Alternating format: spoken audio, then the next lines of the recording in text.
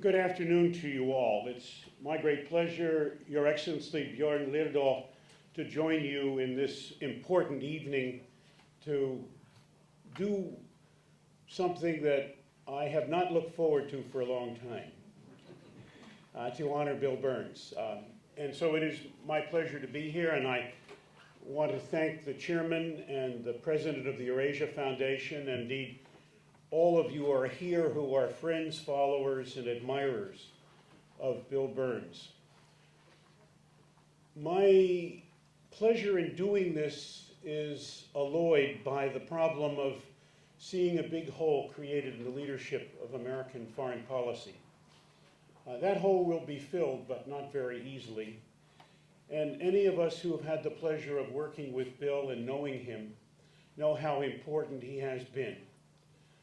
I want to just give two examples, if I can, in the few brief moments I have, of Bill's extraordinary capacity as a diplomat and as a leader.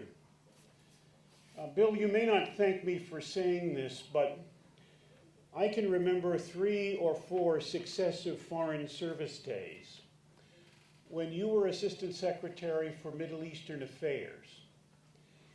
And when, I have to say, the policy was neither popular nor going speedily anywhere. And you came and briefed us, the Foreign Service retirees, in a way that was full, frank, fair, open, and honest, without any sense at all that anyone could lay, if I could put it this way, a glove on your head. It was beautifully done. It was something that I have always continued to admire. And it's a perfect example of what it is that people have come to understand, know, and believe about you as a diplomat. A moment ago, we spoke here about truth. And truth is a critically important skill. Not every diplomat is essentially accustomed to that particular virtuous habit. And I would say that you, more than any that I know, are. And you know when to tell truth when it's easy, but you know when to tell truth when it's very hard. And you know when not to tell truth when it is awkward, difficult, or perhaps not in the interest of American diplomacy. So you can't be accused of absolute truth-telling, but you can be accused of the epitome of that particular art in many ways. I also think listening is a diplomatic art, and you have perfected that very, very well. Your own capacity to know and understand is, I think, epitomized by a second story. Some years ago, when you were Undersecretary for Political Affairs, and at the end of the Bush administration, it became clear that the administration was going to send an American diplomat at a senior level to join the P5+1 in the then rather desultory negotiations with Iran.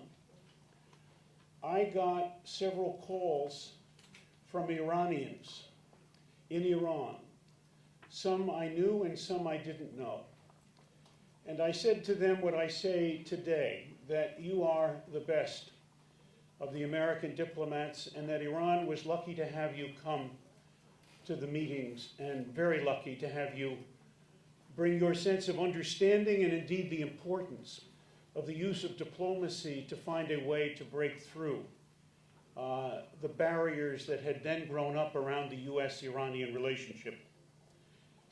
And quite unusually, in the days after the meetings, I got more calls from Iran telling me how right I was and what a sensational job you had done and how much there is of confidence in you that you will be bringing the truth and indeed the commitment and the determination to make diplomacy work. And that has not flagged in any way at all over the long course of the Iranian negotiations. Nobody said that you were a pushover. Nobody said that you were a softball. In every sense of the word, however, nobody ever said that they had ever lost an ounce of respect for you in those conversations. And the program today talks about a secret weapon. And that's only one facet of being a diplomatic secret weapon. You have that particular quality developed over the years that has made, in fact, your contribution to American diplomacy in this administration and at the end of the previous administration absolutely outstanding.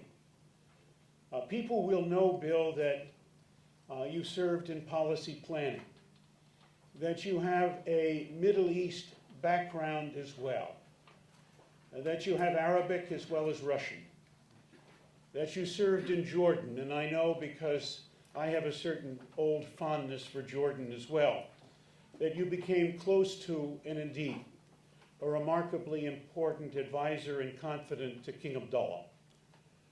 You were, to my great joy, my minister counselor for political affairs in Moscow, and I could not have had a better friend, colleague, advisor, and indeed, person on my staff who understood well what was happening in Russia and who made the reporting of that embassy so useful and important to the State Department and to America in general.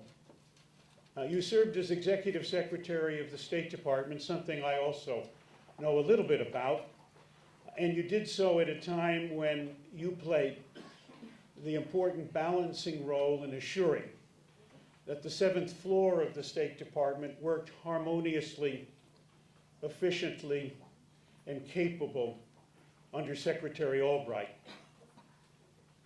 All of this is just the icing on the cake.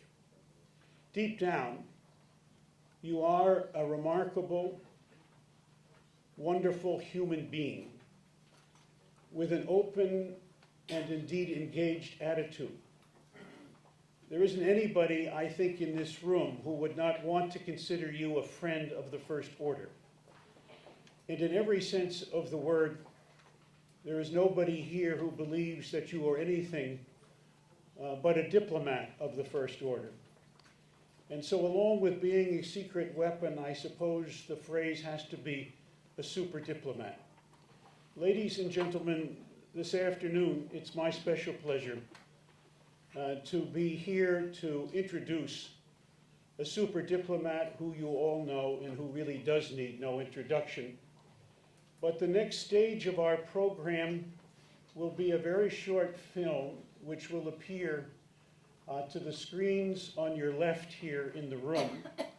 And then we will go on, Jan Kalicki and I, to make the presentation of the award to Deputy Secretary Burns. Bill, this is a richly deserved award. I can think of no one better suited to receive it. And I thank you very much for being with us tonight and for sharing with us your time later on and your ideas. Thank you very much. At the heart of every Eurasia Foundation program is an effort to connect people. Sarah Carey was chair of Eurasia Foundation's Board of Trustees from 1994 to 2010. Her deep connection to Russia and the Eurasia region spanned more than 50 years, starting in 1959 as an eyewitness to the famous kitchen debate between Nikita Khrushchev and Richard Nixon in Moscow, and culminating in Sarah's emergence as a leading American legal practitioner and an indispensable advisor to policymakers. The Sarah Carey program captures Sarah's pioneering spirit and her belief that personal engagement can overcome political obstacles among nations and lead to social benefit for all. The program links young professionals who work on the region with each other and with experienced policymakers, organizes provocative policy discussions that challenge conventional wisdom, and recognizes extraordinary individuals with the annual Sarah Carey Award. The Young Professionals Network offers young people in Washington an opportunity to engage in thoughtful conversations on developments in the Eurasia region and hear from policy experts and experienced practitioners. The program provides opportunities for young professionals to share their own insights, as well as career and travel experiences. Leading policy experts, journalists, and foreign policy leaders drive monthly discussions and provide career guidance to the group.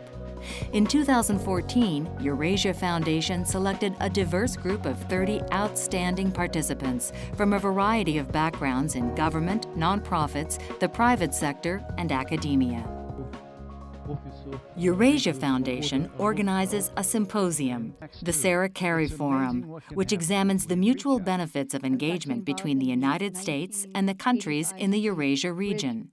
In 2012, Eurasia Foundation reunited Vladimir Posner and Phil Donahue, who thrilled audiences with their live televised exchanges during the Cold War, to discuss U.S.-Russian relations and the important role of citizen engagement.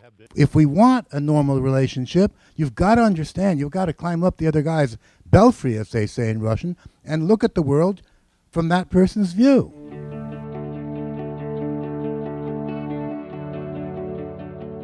This year, Eurasia Foundation honors Deputy Secretary of State William J. Burns for his lifetime of service to the country and for fostering better relations between the U.S. and the countries of Eurasia.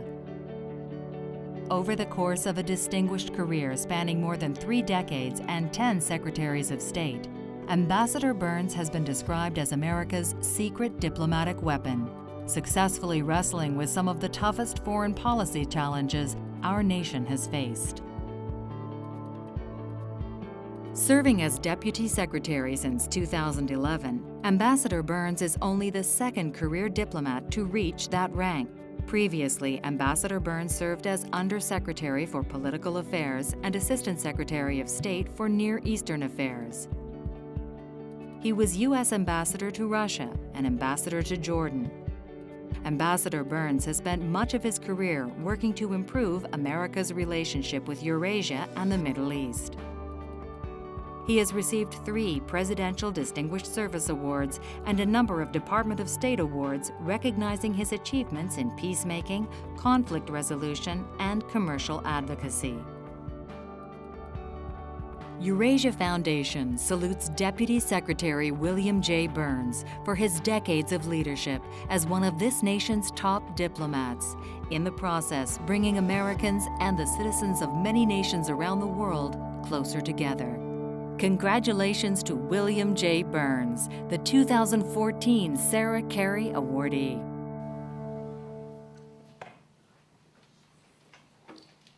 Jan and Bill, it's my pleasure to read the very brief citation on the award, written large enough for 80-year-olds to read.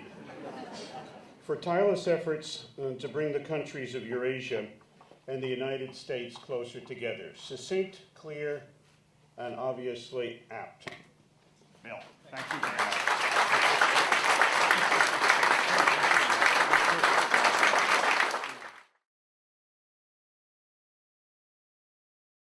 Well, thank you very much, and good afternoon, everyone. I feel both deeply grateful and deeply inadequate this afternoon.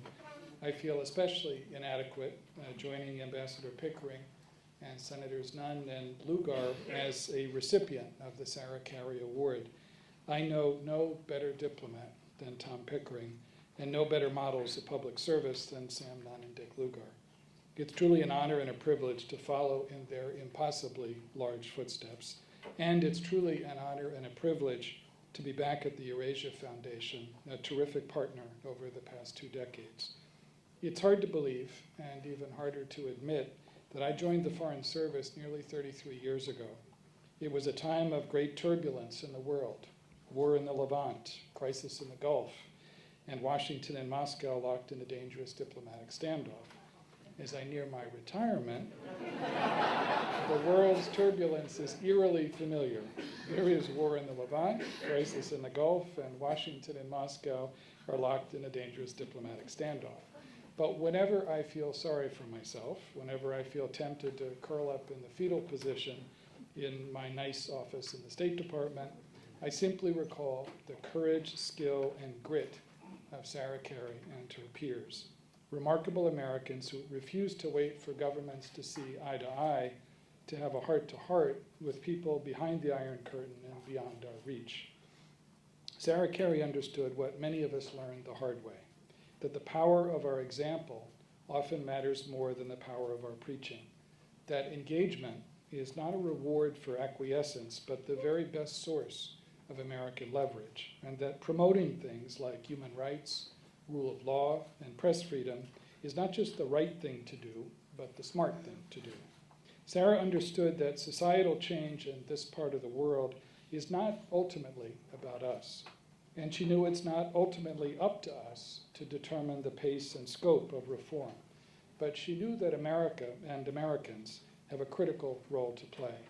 I can't think of a more important time to carry forward Sarah Carey's spirit. From Tunisia to Tajikistan, there's a great deal at stake. These societies want to make their own choices about their future, and they have an unquenchable thirst for connection to the world and to one another. Supporting those aspirations is a bedrock conviction for the United States, and it's a bedrock conviction for the Eurasia Foundation. Empowering the next generation of reformers and entrepreneurs, supporting local economic development, building more responsible and more capable institutions, strengthening civil society and independent media, and deepening the bonds between our people are some of the very best investments that we can make in a more peaceful and prosperous world. For more than 5 decades, Sarah Carey was a passionate advocate for those investments. She pedaled ahead despite fierce headwinds, both abroad and here in Washington. And she didn't just make the case that change was necessary. She proved it was possible. And she demonstrated that everyone could contribute in ways both big and small. It has been the honor of a lifetime to serve my country and to try to make my own small contribution in this complicated part of the world. I didn't get everything right, and I made my share of mistakes. But if, as Teddy Roosevelt once said, life's greatest good fortune is to work hard at work worth doing, I've also been extraordinarily fortunate. I'm reminded of my very good fortune this afternoon. Fortunate to have had the privilege of calling Sarah Carey my friend, fortunate to have served with and learned from Tom Pickering and Sam Nunn and Dick Lugar, and fortunate to have been an American diplomat. So thank you for adding to my streak of undeserved luck. I'll always treasure this award. Thank you. We are very fortunate today to have a distinguished panel consisting of people drawn from diplomacy, journalism, and business.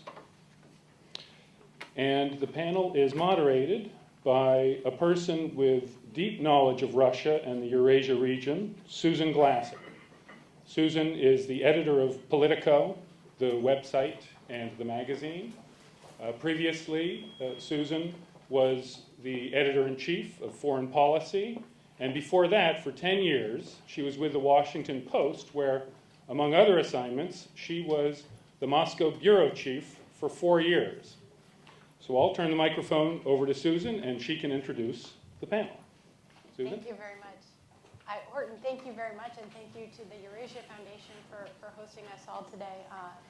Personally, it's a great opportunity to reunite with old friends and colleagues from Moscow, and also I think it's great to have Ambassador Pickering's framing comments for us, not only giving this award to Secretary Burns, but I think we might as well just start right in with your very interesting comment about the uses of truth-telling in diplomacy. It seems like a good starting point for a conversation around Russia today and what's going on.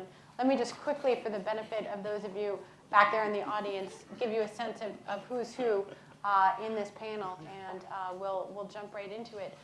We have Ambassador John Beyrle here joining us, who is a distinguished Russia practitioner himself, and I believe you're a board member of Eurasia as well. But you probably have the most current experience as ambassador to Russia. So comparing and contrasting, I think, will be great.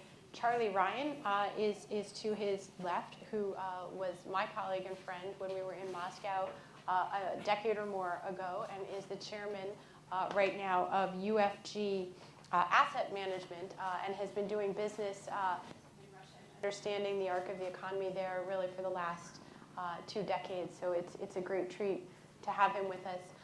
Jill Dougherty, who I'm sure you all know as CNN's longtime foreign affairs correspondent, was also literally my neighbor in Moscow and lived right upstairs from the Washington Post department in the CNN apartment in Moscow. And she has also covered Russia for the better part of 2 decades on and off. So it's great to have her. And Ambassador Pickering, who needs no further introduction. But thank you so much for joining us. And let's just jump right into this question of truth telling. Right now, we need to be telling some truth about what is the state of this relationship. The word engagement was used by Horton at the beginning of this conversation. Is that a realistic word for us to be using anymore, Ambassador? Well, I've seen some Russian friends recently, and they all say plocha. But my sense is that it is also extremely important. And however bad it may get and seem to be, there is a critical requirement, I think, for contact and conversation, and it doesn't seem to be taking place.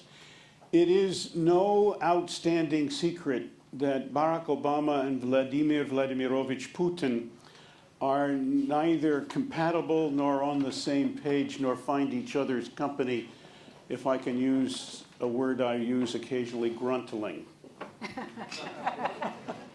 The dis form of that word gets more usage, but I like that one. But my sense is it is a time when there is a requirement for truth. I think there's a requirement for truth that takes us into the critical, but as a diplomat, even under the worst circumstances, I look for the opportunities that are there.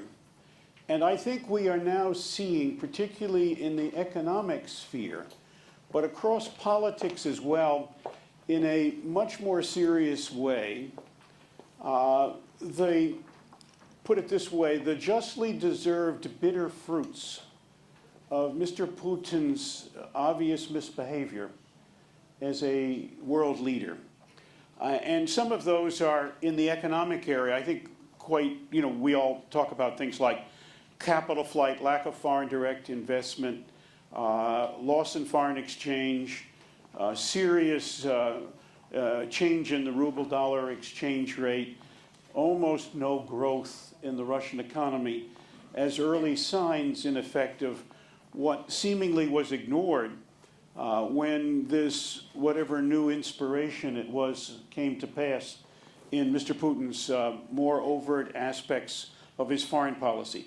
But I think it is useful to have a conversation that is based and framed around the notion that we aren't going anywhere except downhill. And there is a way to stop going downhill. And that is to bring back some of the elements of trust and truth that are now missing. And that the political sphere is deeply hurt by where we are. I guess the principal question I always ask, are you ready to buy a used car from Mr. Putin? And I don't see a lot of people lining up for that particular offer. In fact, I see his personal, put it this way, position as a leader of a country so destroyed by what seems to me to be the malign ethic of a second-rate KGB agent, that I can go and tell you anything and you have to believe that because that's what I say, rather than representing anything that is really honest and straightforward. And if there's anything for the U.S.-Russia relationship, it has to be based on, I think, serious truth-telling and serious examination of the issues. And I'm perfectly prepared to see it come from both sides. I don't sit here and say, There is no reason why any Russian, even Mr. Putin, should in fact think that we've done everything beautifully and that we have not made mistakes. But there is no question at all, in my view, that the intent behind our purpose has not been misleading. It has been an effort, perhaps badly advised, perhaps badly decided in some cases, to do things that we thought would contribute to the betterment of the world. You know, there's so much to unpack there. I want to bring in Ambassador Beyrle on specifically this question about, does this mark a rupture or something new in the behavior of President Putin? There's been a huge debate around this. The first term Obama presidency, you were there in Moscow. Obviously, our relationship was in a different position. Do you think that is because of a fundamental shift on the part of Putin? I think it has a lot to do with it. Like a lot of people in this room, I've been doing U.S.-Soviet and U.S.-Russia relations for a few decades, and it's really hard to think of a big power relationship any time in history that's been characterized by the ups and downs that we see in the U.S.-Soviet and U.S.-Russia relationship. And it's tempting to look at whatever the latest down period is like now and say, this too shall pass, we're going to pull out of this. And this gets to your question of whether or not we're in a different place. I think we are in a different place now. I don't see the problems that we're having with Russia in terms of our relationship and that Russia's having with the Europeans in particular as just the latest in a series of roller coaster rides. And I think the reason for that is because the leadership in the Kremlin, led by President Putin, but also surrounded by people who see the world in the same way, aren't willing to conceive of a world in which Russia plays a secondary role anymore. This is now very much based on a promise that Putin made when he was running for president early on in the early 2000s, that he was going to restore Russia's place at the head table internationally. And obviously, having strong economic fundamentals, between about 2002 and 2008, helped him a lot to build the constituency inside Russia which supports him. They look at the man who actually, they look at Putin as the man who restored their self-respect and their bank accounts. But in terms of restoring Russia's seat at the table internationally, I'm afraid he's going about that in what is essentially a negative way. Not by being a net contributor to international solutions to problems, but by creating problems and making Russia essentially the country with which people need to come to terms at the end of the day. And I don't think that that is a long-term recipe for Russia's restoration of international greatness. So far, the response that we've had to this sharp behavior pattern of the last 6 months has been to impose a series of escalating sanctions. So 2 questions. One to Charlie, which is, do these sanctions are they actually making a difference? And then back to you, what is the goal of this as a policy tool? And I want to bring Ambassador Pickering into this too. But Charlie, first of all, are the sanctions changing the economic picture in some material way for Russia? I think there are others who've done a lot more work on sanctions than I have, but my read of the academic work on it is they basically don't work. Fundamentally, they do have an economic effect, but they rarely actually change the politics that they're targeted toward. In the case of Russia, they're definitely having an effect, despite the fact that they were structured as targeted, specific, reversible. I forget what the acronym was for this set. The reality is that a lot of institutions, particularly financial institutions, self-regulate and simply don't differentiate in their minds between targeted Russian sanctions and what they did with Iran. So the reality is that a lot of Russian companies and American companies are being affected by them. But one of the things that's a strange externality of these sanctions is that the state-owned companies, the Gazproms and Rosnefts of the world, can turn around and get funding from the Russian government. So a lot of the institutions that are being most affected in Russia are the ones that were private, independent businesses that were engaged with the West, and they're the ones who are going to suffer disproportionately. Now, I can understand the frustration, which is when somebody does something unacceptable, when somebody violates basic rules, you want to do something. But I would say they're definitely having an effect. They're going to contribute to lower economic growth in Russia and Germany and other places. But I will admit to being somewhat skeptical about the connection between them and the actual outcome we're trying to achieve. And one thing I would throw out as a word of caution, I am sure the Europeans will be out from under them a lot more quickly than we will, particularly if Congress codifies them. Well, I wanted to mention the fact that I think for the first time, the United States and Europe are really united on the question of sanctions toward Russia. When I was ambassador in 2008, in the aftermath of the war between Georgia and Russia, the Bush administration, then really in its last months, talked about the possibility of levying some of the same kinds of sanctions that we've seen levied in response to the Ukraine crisis. But it became very quickly evident that there would be no support for that whatsoever in Europe for a number of reasons, not the least of which was the incipient economic crisis, which was already pretty evident on the horizon. This time, we have the Europeans together with us, and European sanctions economically will always have a bigger effect on Russia because the scale is so much bigger. The scale of the Russian economic dependence on Russia, on Europe, is probably 10, 12 times greater than it is here in the United States.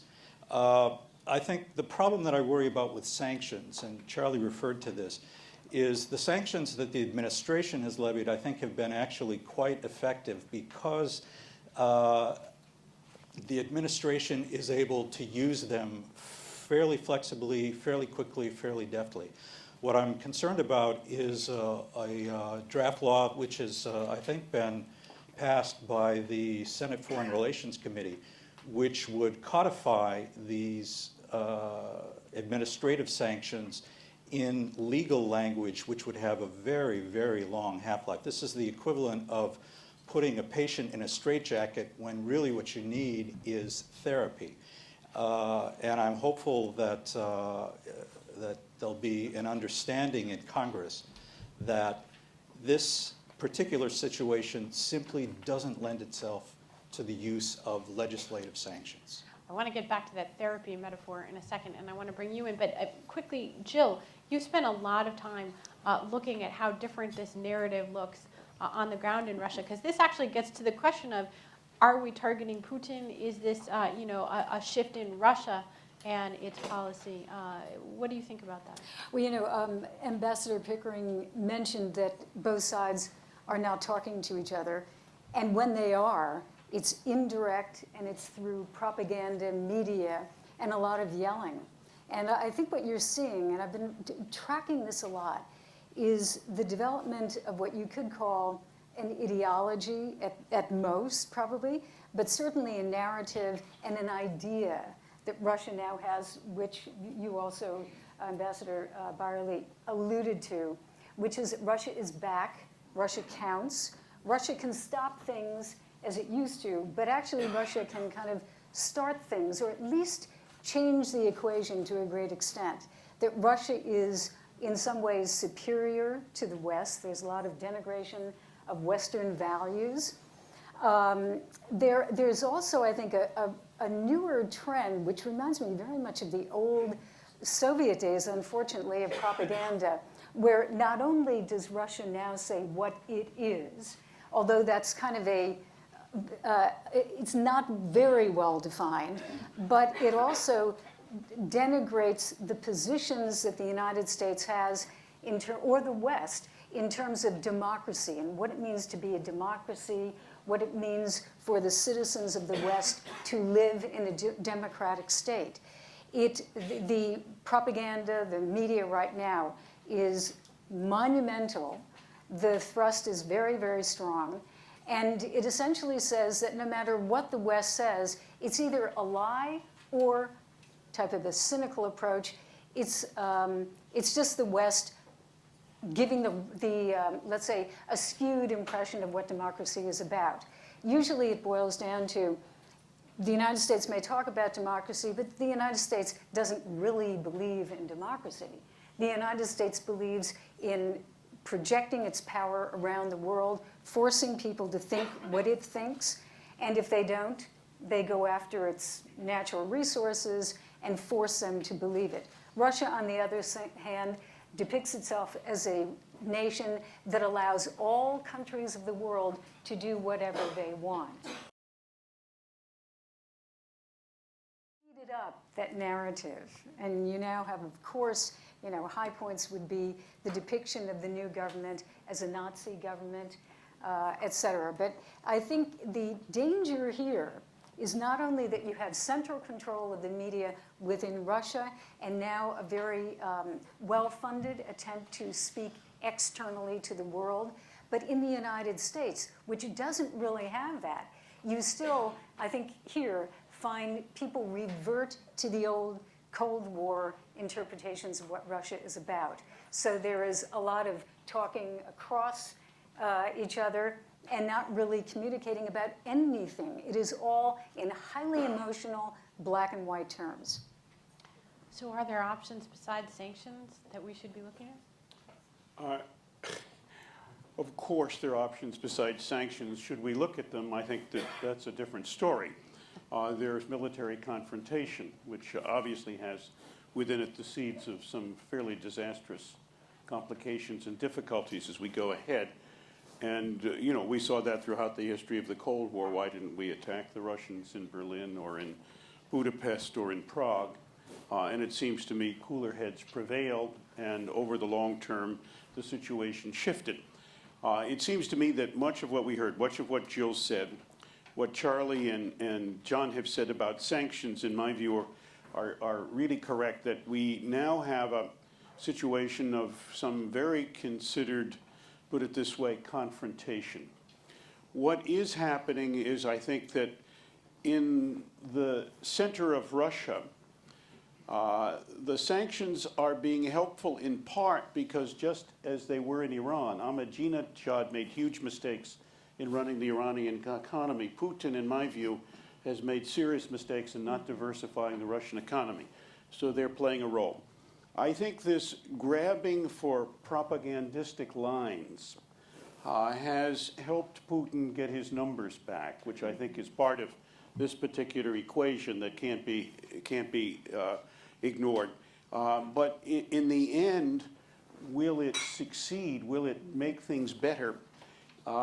There is no ideology out there except Putinism, which seems to be the crassest kind of opportunism, and therefore I think undermines in the longer term as we look at it. I think it's right to have support from the Europeans, and we're lucky to have it, but I think in the long run, I've always thought that the major effort to change Russian approaches probably had to come when we consider the hydrocarbon problem. That over the years, in very few times, was it more important to Russia to have the markets than it was for the markets to have Russia. If we can reverse the equation, and it's possible but not easy, and the Europeans will have to look at them themselves, can that help? Yes, I think it can, and particularly if he sees it coming. But I cannot tell you I know for certain that it will. But I think firmness up till now, the real disintegration of pieces of the Russian economy up to now are important. The fact that people still go in the streets in Moscow, I think with less perhaps alacrity and maybe with less fearlessness, unfortunately, that's still very significant as at least a measure of whether he's being successful or not. I think we're in for a haul, and it's a long one. And I think we have to stay firm on this. I think we need to avoid two things. Non-communication. Happily, Jill, Secretary Kerry and Lavrov probably wasn't a sparkling conversation. Saw each other last week. You just read Sergei's speech to the UN. You will see a perfect example of the new Putinism kind of wrapped up in the old communism. Sergei learned all his lessons very well. And if he didn't, his speechwriter's very good at it as well. So we have some of that. And that's very discouraging because that brings back the bad old days. But I think that over time, this kind of opportunity to have communications has to help. I think staying firm has to help. I think working slowly but carefully with our European allies in particular can have an important difference. And I think we have to avoid what we have a great tendency to do in the United States is to play Saturday afternoon football with Russia.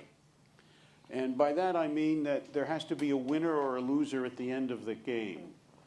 And we need to avoid that. Russia's too important. And I think over a period of time, we have found that doesn't produce useful results. And so I think the combination of firmness but openness to move and a situation where we try to avoid, and I think we have, things like too much personal denigration and too much cutting off of relationships is significant. I think that Putin himself has hurt himself by cutting off high school exchanges, by trying to tailor his legislation to find every aspect of American presence in Russia as somehow a violation of the Foreign Agents Act, those kinds of things, and it'll take a while to get over that. But it's in those areas where I think we need to work as quietly as we can, not as foreign agents, but obviously as friends of the Russian people. So Charlie, I want to quickly get back to this question of just how parlous is the state of the Russian economy under Putin. This, dependency on hydrocarbons. Is there a long-term trend of decline that Putin, can perhaps halt his slide in popularity with nationalist moves, but won't really be able to? It's a very interesting point that while the sanctions are having this effect, ultimately a lot of President Putin's popularity is based on this 10-year period. Mm-hmm. At the beginning of the 21st century till, I guess, after he had, just as he was leaving and turning the reins over temporarily to Medvedev, where you had Russian real wages increase by 10x. So there was a basis for his popularity. I think, however, even before the situation in Ukraine began, before the sanctions were put in place, it was already clear that any inclination for economic reform that was crucial to extending any additional gains in diversification, something Ambassador Pickering pointed out, was flagging. And we already saw a lot of Russians investing outside of Russia, a lot of investing in America, because people had started to lose faith in the model and the opportunities. Part of that was because of lack of reform. Part of it was because Putin's cronies was crowding everyone out, and people were worried there'd be a knock at the door one night, and one of the people who was somehow close to him could come and take your asset away. I think the sanctions add to it. And in fact, what just happened in the last 2 weeks, with a 25% drop in oil, is the most significant thing. Because the reality is that President Putin is not a strategist. He's not some image of Garry Kasparov or Spassky. He's really a tactician. And he's constantly simply responding to the latest challenge. And I would suspect if there's anything that's happened in the last couple of months that's going to be a spur toward him beginning to look at a way out, it's what's happening in the oil markets. Do you agree with that? Yeah, I've thought for a long time that the much bigger problem that President Putin faces is not people going out on the streets. He passed a law which says essentially you risk paying a fine of a year's salary if you take part in an unsanctioned demonstration. So that tends to have a quieting effect on the streets. He can't pass a law decreeing that the price of oil, of a barrel of oil, stays at $100 a barrel. And that'll have obviously very serious consequences for Russia, which even before the sanctions, even before the price of oil dropped in the last month, was looking at serious economic growth problems, probably even looking at a recession.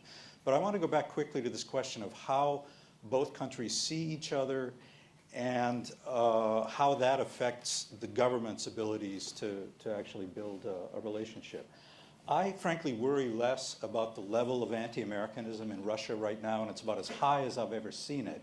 But I worry less about it because it's controllable.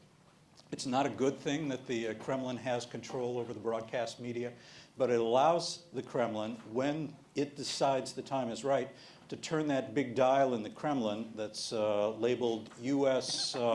media coverage from negative to positive. And I saw that happen between 2008 and 2010 when I was ambassador, when we went from, I think, 28% to 50% approval rating almost overnight. The bigger problem is here in the United States, as Jill and Tom were talking about. Obviously, the US government doesn't control the media, and the vision of Russia that's put out is very personalized and lays aside the reality of a country which has changed immeasurably since the Cold War in ways that most Americans and unfortunately a lot of people on Capitol Hill don't understand.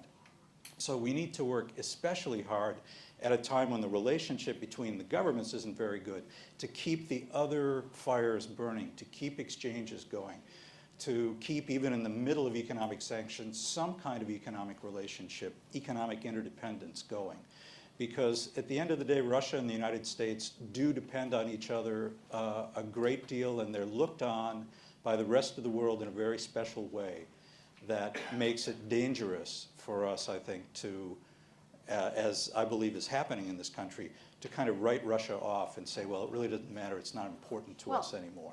This is an important point, because actually our economy is not particularly dependent on Russia.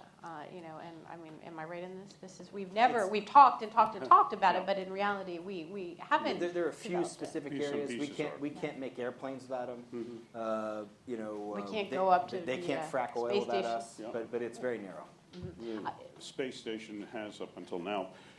I think there are some areas that, but the issue is not whether we can live without them, can we live with them?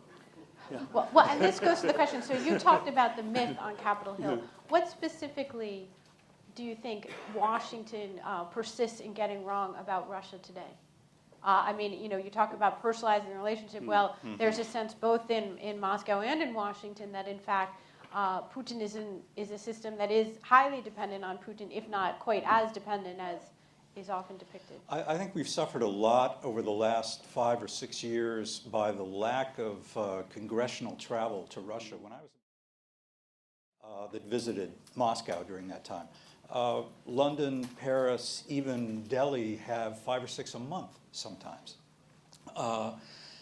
It really allows you to demonize the other side in a way that I think is dangerous. And frankly, also, the lack of contact between Congress and our Congress and the Russian parliament also kind of gives the most extreme members of both bodies pass. They don't have to answer for some of their most egregious laws or statements. I think the fact that the Russian Duma is still going forward with this indefensible ban on adoptions of Russian kids, directed only at the United States, and now added to it, stopping the high school exchange program, without really ever having to look an American in the eye and say, here's why I've done that, I think is a big mistake.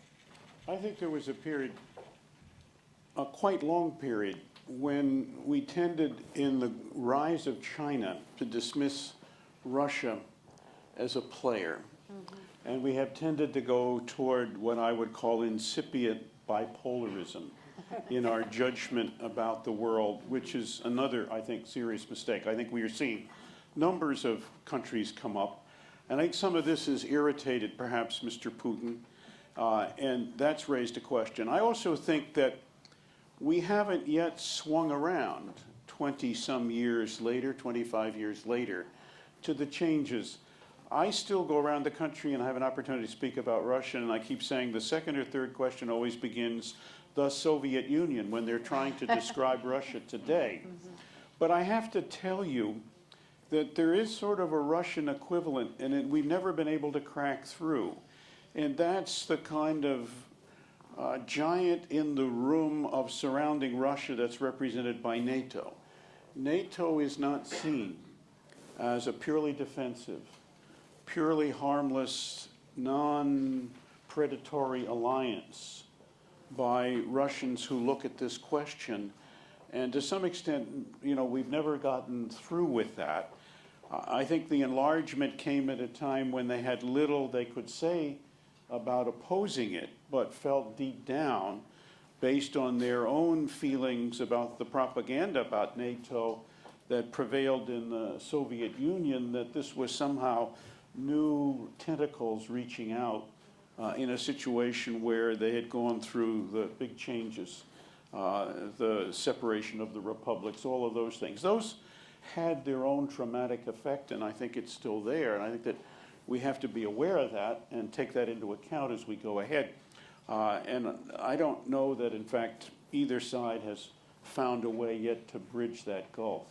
Fair enough. Susan, can I just jump in? One thing that Charlie mentioned, the lack of predictability, that Putin is not a strategist, et cetera. I should say, yes, a strategist, but that his short game is good, his long game is a little inscrutable.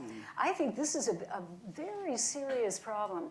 The lack of predictability and the lack of understanding of what really motivates President Putin is also, unfortunately, a destabilizing factor. I mean, I do agree, he's a strategist. He looks at what happens and events, and then he reacts. In most circumstances, he does not, of himself, initiate action.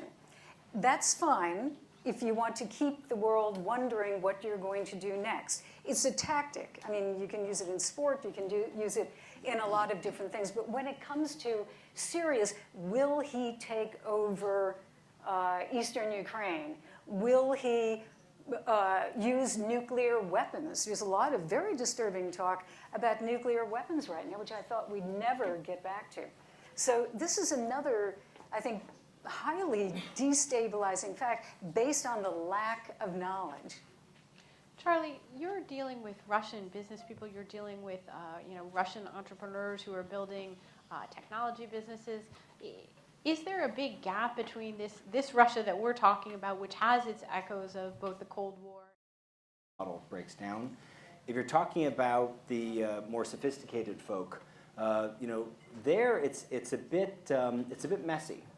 They're generally wildly supportive of the annexation of Crimea, and it is surprising how much support there is for that. They're very queasy about what's going on in eastern Ukraine. It's pretty clear they're not quite as happy about that.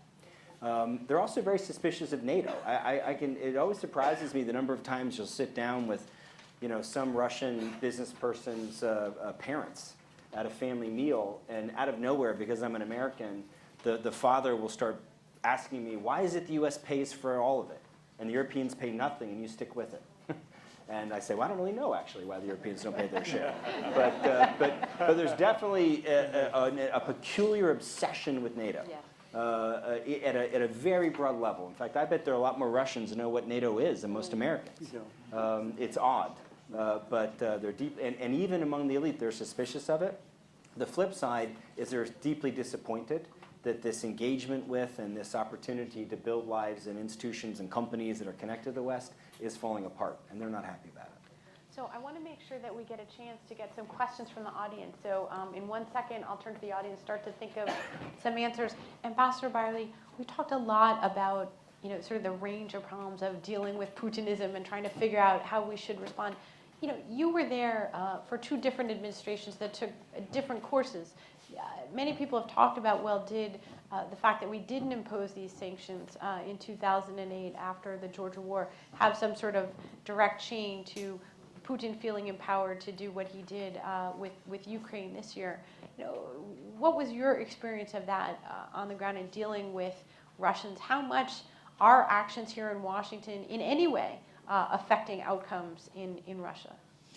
What we do in Washington, how we respond to what Russia is doing will always matter to the Kremlin, sometimes in unspoken ways. I think when I was ambassador in 2008 after the Georgia War, that was a unique time, really, because the war came right at the end of the Bush administration, right on the verge, as I mentioned, of the economic crisis. And obviously a new administration came in, allowing both sides to turn the page and try something different, and that something different was called the reset. We've had these before in U.S.-Russia relations, and whether we call them the peaceful coexistence or détente or the reset, the problem is not that they don't produce results. The reset produced START. It got the Russians into WTO. Boeing sold a lot of airplanes. It's that they don't last. It's making them last and become the norm rather than the aberration that really is the challenge. And I think it's really instructive in a way that we were able to get as much done during that 3-year period when I was ambassador, luckily at the time of the reset. But I would point to one thing which was very, very different and unique about that time. there was a different president of the Russian Federation. And it was someone, to go back to Tom's point, that President Obama felt he had a measure of trust and a respectful relationship with. You can, I think, sometimes over-exaggerate the importance of personal relations in statecraft, but in the Russian-American case, sometimes it's decisive. And what changed in 2012 was the return of Vladimir Putin. So it turns out that Medvedev mattered in some ways a lot more than we thought that he would. I think as we look back, there was a lot of debate at the time about how much autonomy he had to do certain things. No question whatsoever on the economy. He emancipated Russian universities. Charlie and I are on the board of the Eurasia Foundation. We're now able to put Russian universities that want to learn how to patent their IP together with Stanford's and Duke's and American universities that wrote the book on that much more easily than we could have had Medvedev not passed some laws. No question about that. All right, so we're going to have a few questions from the audience. Please identify yourself and do make a question. We have a microphone here. Esther, do you want to? Hi, Esther Dyson, former and still loving board member of Eurasia Foundation. I'd just like to challenge and hear your thoughts about the notion that it's all down to Putin. It seems to me that it's the system that put Putin in place that is really the problem. You could get rid of Putin, however, and I'm not sure it would solve most of these problems. I'd love to hear counterpoints. Could I take a stab at it, which will be very brief, believe me, because I'm not an expert, but I really do believe it is Putin and other people who are the controllers of Russia in a type of circular, kind of a loop, a self-enforcing loop of control, which is the president on top, supported by very large financial interests, which in turn depend upon the president, which in turn influence the president. But in terms of a structure of government, I think that it is very weak compared to the United States. The parliament obviously is under control of the Kremlin, so that and there's very little civil society, what is left of it, unfortunately, so that the influences that you would get in Western countries are not strong, they're very weak. And you're left, again, with this circular situation of control by power and money. I think, too, there's points that Charlie made, wage increases for blue collar. I think there's a great still dynamic interest in stability, in happiness at Russia's achievements, in nationalism as a chord that can be played. In most countries it works. Those kinds of things, I think, play a role as well in where Russia wants to go. I think that, therefore, economic concerns can have an effect, perhaps, over a period of time, although I can remember years ago when we dealt with Iraq's invasion of Kuwait, I used to say the last chicken sandwich in Iraq belongs to Saddam Hussein. Maybe the last chicken sandwich in Russia or the last chicken Kiev belongs to Putin. Those are all interesting dynamic. I think there's a weakness that we have seen continually in most governments that have authoritarian tendencies, and that's state succession. State succession is a very unhappy guillotine hanging over the head of the leaders. And so that plays a role. Those leaders who think that they have solved the problem of endless state succession then lose sight of the streets. And I think Putin has some worries about streets, as he does about, obviously, succession, but his sleight of hand in moving from one job to the other and then back to the big job is all part, I think, of what we are seeing as a situation where succession is still a serious issue, and for many countries, succession is not a happy retirement in a dacha somewhere. Hi, Esther. Just a quick story, which I think illustrates one answer to your question. When I was ambassador in, I think, 2010, I had a meeting in the Kremlin with a very senior member of the presidential administration who was very much involved in sort of managing the political space. I think a lot of people know who I'm talking about. And I said to him, okay, I get your point that you needed strong control after the 10 years of chaos under Gorbachev and Yeltsin. But at some point, when will you be able to loosen up? When will you be able to actually talk about pluralism and have a free election, have an opposition party, which is also patriotic? I mean, you can imagine my argument. And he said, another 10 years. Okay, that was in 2010. My prediction would be if I went to him in 2020 and said how soon, he would say, another 10 years. Yeah. The bright shining future is always 10 years off. Yeah. Okay, I do want to get someone in the back, but you, sir. Joshua Walker, APCO Worldwide. I want to ask you the question about, we've heard a lot of kind of pessimism, and kind of I want to focus on the optimistic side. As bad as the Islamic State is and Islamic extremism is, isn't this an opportunity for the U.S. and Russia? It seems to me that in this area, despite their unhelpfulness in Syria with Assad, now the U.S. position has changed. Is there an opportunity for the U.S. and Russia as powerful state actors to deal with non-state actors and throw in Bill Burns' favorite topic of Iran sanctions as well? Is there an opportunity here for the U.S. and Russia to work closer together in geopolitics around the world? Well, I have to say the use of the word optimism in connection with the words Islamic State, Syria, and Russia is in of itself an act of optimism. Well, I think we're often grateful for powerful enemies that we can work hard together to defeat. The really interesting question is the wonderful coterie, imagine in a balloon the basket filled with Khomeini, Putin, Barack Obama, Erdogan, King Abdullah if he's able, and hanging on the lines outside the Sunni leaders of the smaller Gulf states, all launched off in a tremendous escapade to deal with the Islamic State. And you can see what a congery of disparity that particular approach is.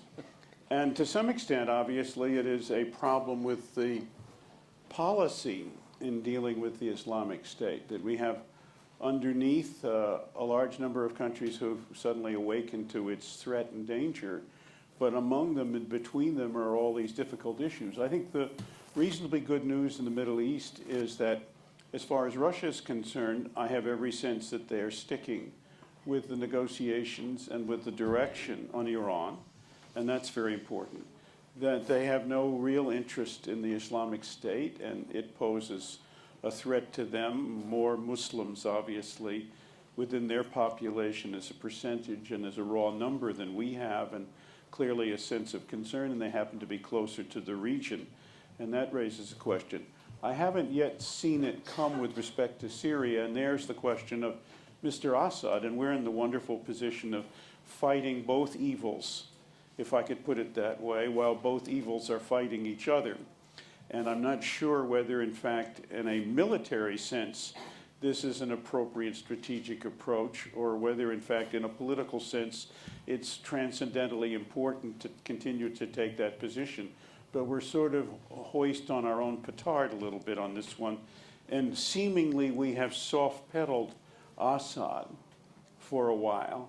I think not necessarily because we see him as a huge and powerful ally against the Islamic State, but that to some extent taking him on now as the primary objective, which is what Mr. Erdogan wants to seem to be the case, is not a very helpful solution to keeping all the others in play, if I could put it that way. That's right. So we have some questions in the back. I do want to. Dan. Thank you, Dan Jurgen. How much did what happened with Edward Snowden, was that an off-ramp in the relationship? And why, looking back, did Moscow, and why does Moscow continue to provide a roof for him? Ambassador Beyrle. I think there was a time in 2012, before any of us knew Snowden's name, when Washington and Moscow were working hard to try to come up with an agenda which would basically fill out the second term of Obama and the first term of Putin. And Snowden kind of landed in the middle of that. It was very, very difficult to work out that agenda, and there was a lot of question as to whether or not it was going to be possible for us. Snowden landed in the middle of that and made all of the doubts OBE'd. There was simply no way at all that Washington was going to exert itself at all to try to build a more constructive relationship with Russia when it was offering asylum to Snowden. Why did Putin do that? I'll have to wait for his memoirs to come out to find out. But I think it's interesting that there was some talk about a year ago, before Ukraine turned into the crisis that it's turned into, that Mr. Snowden might need to start looking for a new home. Around about March, April, May, it became quite clear that he was going to get an extension, if not citizenship. Over here on the right, and then I'll come.